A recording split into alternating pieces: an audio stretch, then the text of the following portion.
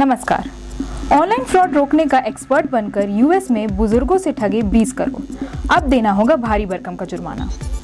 America में एक आरोपी ने न्यू जर्सी समेत पूरे यूएस में बुजुर्गों से 20 करोड़ से ज्यादा की ठगी कर ली। इस मामले में कोर्ट ने आरोपी को 22 महीने की सजा और 19 करोड़ का जुर्माना भरने की सजा सुनाई है।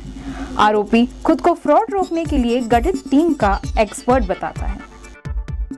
अमेरिका में एक भारतीय नागरिक को बुजुर्गों से धोखाधड़ी के आरोप में 33 महीने की जेल की सजा सुनाई गई। इसके साथ ही $24 लाख यानी 19.5 करोड़ रुपए का जुर्माना भरने का आदेश दिए गए हैं।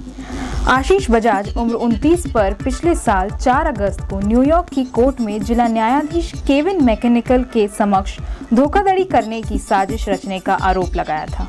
जुडिशियल डिपार्टमेंट ने कहा कि न्यू जर्सी समेत पूरे अमेरिका में बुजुर्गों को ठगने वाली एक इंटरनेशनल साजिश में लिप्त आरोपी को 33 महीने की जेल की सजा काटने के बाद 2 साल तक निगरानी में रहना होगा और $24 लाख का जुर्माना भी भरना होगा।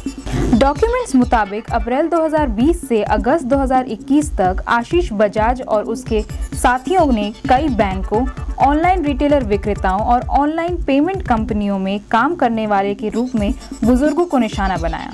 इसके लिए आरोपी ने पीड़ितों से संपर्क किया और झूठा दावा किया कि वे प्रतिष्ठित कंपनियों की ओर से धोखाधड़ी रोकथाम विशेषज्ञ हैं।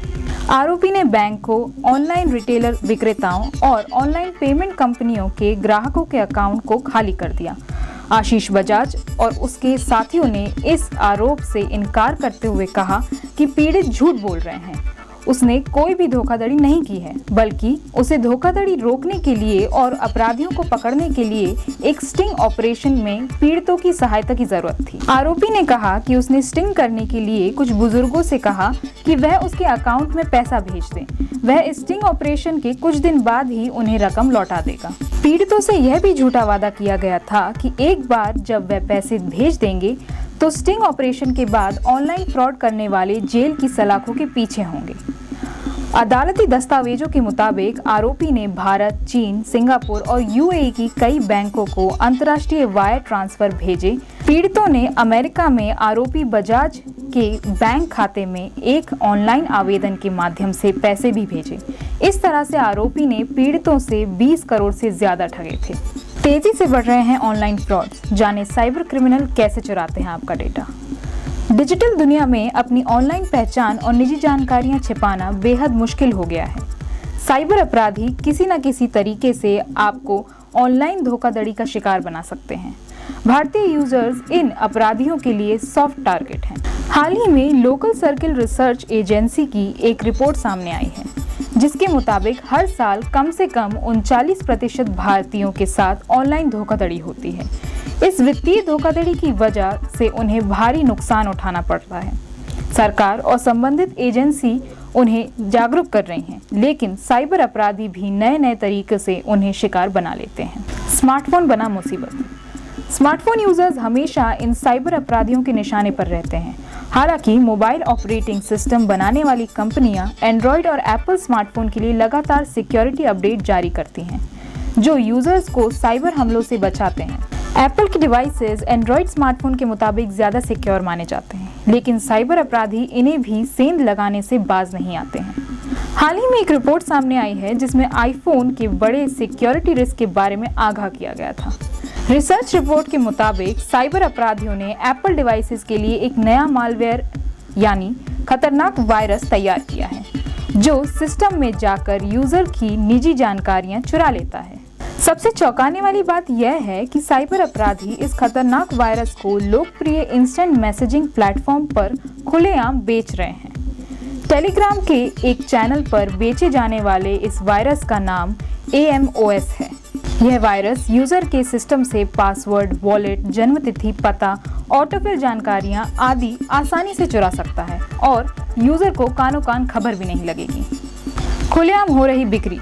साइबर रिसर्च फर्म CRIL यानी cyber research and intelligence labs ने इस खतरनाक वायरस का पता लगाया है। साइबर रिसर्च ने बताया है कि हैकर्स न सिर्फ इस वायरस को खुलेआम बेच रहे हैं, बल्कि समय समय पर इसे अपग्रेड भी कर रहे हैं ताकि ज़्यादा से ज़्यादा नुकसान पहुंचाया जा सके। टेलीग्राम चैनल पर AMOS वायरस को $1000 यानी लगभग 82,000 की कीमत में बेचा जा रहा है। हैकर्स द्वारा बनाया गया ये AMOS वायरस सिस्टम में DMG फाइल को इंस्टॉल कर देता है और जानकारियां चुराते हैं निजी जानकारियां। साइबर अपराधियों ने इस वायरस के लेटेस्ट वर्जन को 25 अप्रैल को टेलीग्राम चैनल पर अपलोड किया है। चैनल पर इस वायरस के फीचर्स को हाईलाइट करके प्रमोट किया जा रहा है। साइबर विशेषज्ञों की माने तो यह वायरस लैपटॉप, कंप्यूटर या स्मार्टफोन से keychain, complete system information, document folders, files और पासवर्ड आदि की जानकारियां इकट्ठा करता रहता है। इसके अलावा यह वेब ब्राउज़र से ऑटोफिल पासवर्ड, कुकीज़, वॉलेट और क्रेडिट कार्ड आदि की जानकारियां भी चुरा लगता है।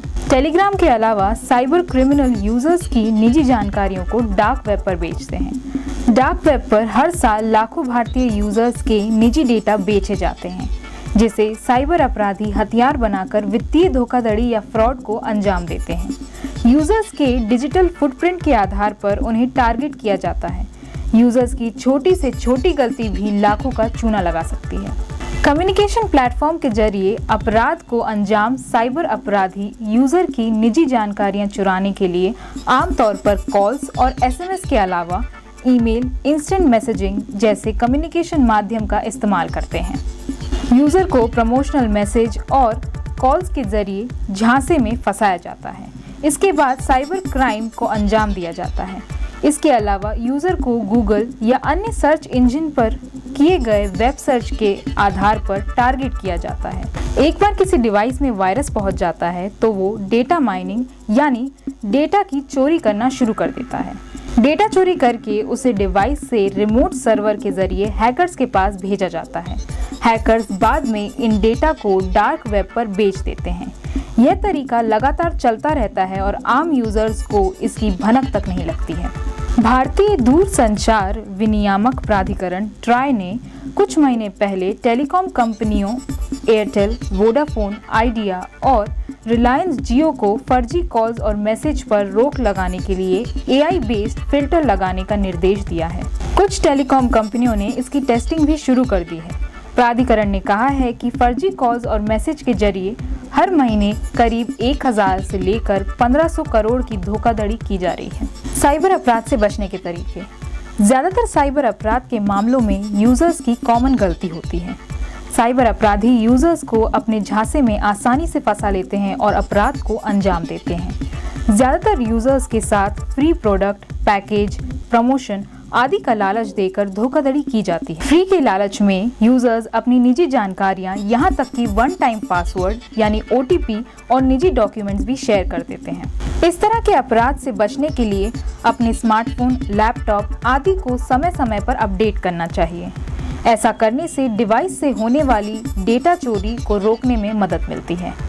अपनी निजी जानकारियां जैसे कि बैंकिंग डिटेल्स, जन्म तिथि, पासवर्ड आदि किसी के साथ शेयर नहीं करनी चाहिए। किसी भी अनजान नंबर से आने वाले कॉल्स और मैसेजेस को इग्नोर करना चाहिए और ईमेल या अन्य ऑनलाइन मैसेजिंग प्लेटफॉर्म से मिलने वाले लिंक पर क्लिक नहीं करना चाहिए।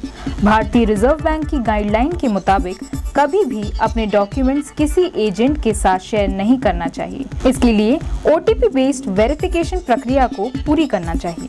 ऑनलाइन भुगतान और डिजिटल लेन देन ने पिछले कुछ वर्षों में हमारे जीवन को बहुत आसान बना दिया है। अधिकांश ग्राहक, दुकानें, यहाँ तक कि छोटे छोटे विक्रेता भी नकद भुगतान के इन तरीकों को प्राथमिकता दे रहे हैं। चलिए अब आपको बताते हैं कि अगर ठगों ने आपका अकाउंट खाली कर दिया है तो इसे कैसे वापस पा सकते हैं। साइबर ठगी होने की स्थिति में आपको तुरंत 1930 नंबर पर कॉल करनी चाहिए। शिकायत दर्ज करने के बाद आपके पैसे के दोबारा मिलने का चांस पूरा बढ़ जाता है। यह नंबर गृह मंत्रालय के साइबर क्राइम पोर्टल का सेंट्रलाइज नंबर है जो पूरे देश भर में लागू है। इसके तुरंत बाद गृह मंत्रालय की साइबर क्राइम पोर्टल cybercrime.government.in पर कंप्लेन करें।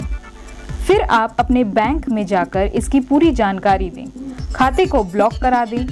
कई बार ठग एक बार पैसे निकालने के बाद विक्टिम के खाते से दोबारा पैसे निकालने की कोशिश करता है। यदि आपके मोबाइल से सेंध लगाई हो तो सिम प्रोवाइडर कंपनी को कॉल करके अपनी सिम को ब्लॉक कराएं। आपको अपने साथ हुई ठगी की शिकायत नजदीकी पुलिस स्टेशन में जाकर दर्ज करानी चाहिए। शिकायत दर्ज कराते समय आपको बैंक पासबुक रिकॉर्ड की कॉपी, आईडी और एड्रेस प्रूफ की कॉपी पुलिस स्टेशन में जमा करनी होगी। ये है देश के 7 साइबर फ्रॉड के अड्डे। केंद्रीय गृह मंत्री अमित शाह के मुताबिक देश में जामताड़ा और मेतवा के अलावा चंडीगढ़, अहमदाबाद, हैदराबाद, विशाखापट्टनम और गुवाहाटी की साइबर अपराधियों के हॉटस्पॉट के रूप में पहचान हुई है। अमित शाह ने बताया कि साइबर अपराध के शिकार लोगों को पैसा वापस दिलाने के लिए समय पर शिकायत करना जरूरी है। इसके लिए 1930 टोल फ्री हेल्पलाइन नंबर पूरे देश में चालू है। इस नंबर पर समय रहते शिकायत किए जाने की वजह से 1,33,000 से अधिक लोगों के ठगे गए 235 करोड़ रुपए वापस कराने में सफलता मिली है। साइबर ठगी करने वाले 500 से अधिक मोबाइल ऐप किए गए ब्लॉक।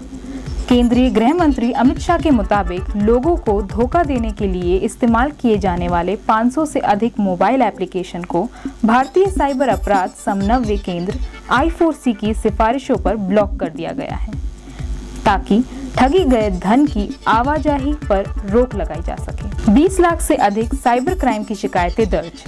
गृह मंत्रालय के मुताबिक साइबर क्राइम पोर्टल पर अब तक 20 लाख से अधिक साइबर क्राइम की शिकायतें और 40,000 FIR दर्ज की जा चुकी हैं।